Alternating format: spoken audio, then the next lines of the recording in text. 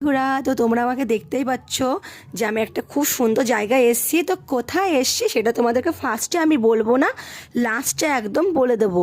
সম্পূর্ণ ভিডিওটা কিন্তু দেখতে হবে, না হলে তোমরা কিছুই বুঝতে পারবে না।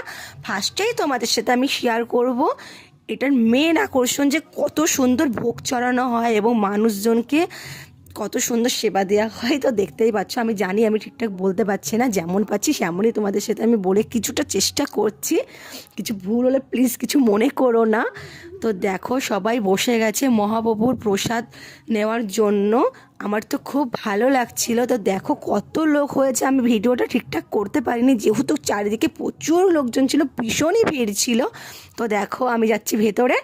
ফার্স্ট বলে নিই এইবার তোমাদেরকে আমি এসছি কোথায়। আমি এসছি জালালখালিতে নন্দন উৎসবে, গোপালদের নন্দন উৎসব। আমরা তো সবাই শীতকালে পিকনিক করে থাকি, এটা অ্যাকচুয়ালি গোপালদের একটা পিকনিক বলতে পারো। তো চলো, কত গোপু সোনা আছে সেটা তোমাদেরকে ফার্স্টে দেখিয়ে নিই।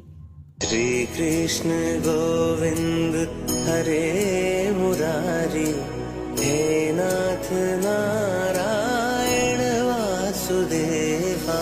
श्री कृष्ण गोविंद हरे मुरारी, हे नाथ नारायण वासुदेवा। पितुमात स्वामी सखा हमारे। ছিল যে এত পরিমাণে এত গোপাল ছিল যে তোমাদেরকে বলে বোঝাতে পারবো না। যেটুকু আমার ফোনে এসছে সেটুকুই তোমাদের সাথে আমি শেয়ার করছি। খুব সুন্দর ছিল, আর গোপসোনাদের ভোগ দেওয়া হয়েছিল যে এত সুন্দরভাবে যে আমার এত ভালো লাগছিল। ভোগগুলো দেখেই মনে হচ্ছিল খুবই সুন্দর। ঠাকুরের প্রসাদ বলে বলছি না, আমার তো বাইরে একটা গোপু সোনা ছিল, ওকে দেখে আমার এত ভালো লাগছিল ওকে কোলে নেওয়ার জন্য। তো আমি ওকে কোলে নিয়েছি, বাট আমার জায়ের মেয়ে ওকে নেওয়ার জন্য পুরো ব্যস্ত হয়ে গেছে। তো ফার্স্টে ওকে একটু দিয়ে দিলাম। তো আমি তারপরে গোপু সোনাকে কোলে নিয়ে একটু ছোটো বাচ্চাদের মতন দোল দোল দিয়ে দিলাম। এত সুইট ছিল তোমাদেরকে বলে বোঝাতে পারবো না। আশা করি তোমরা ভিডিওটা দেখে বুঝতে পারছো গোপু সোনাটা কতটা সুইট ছিল।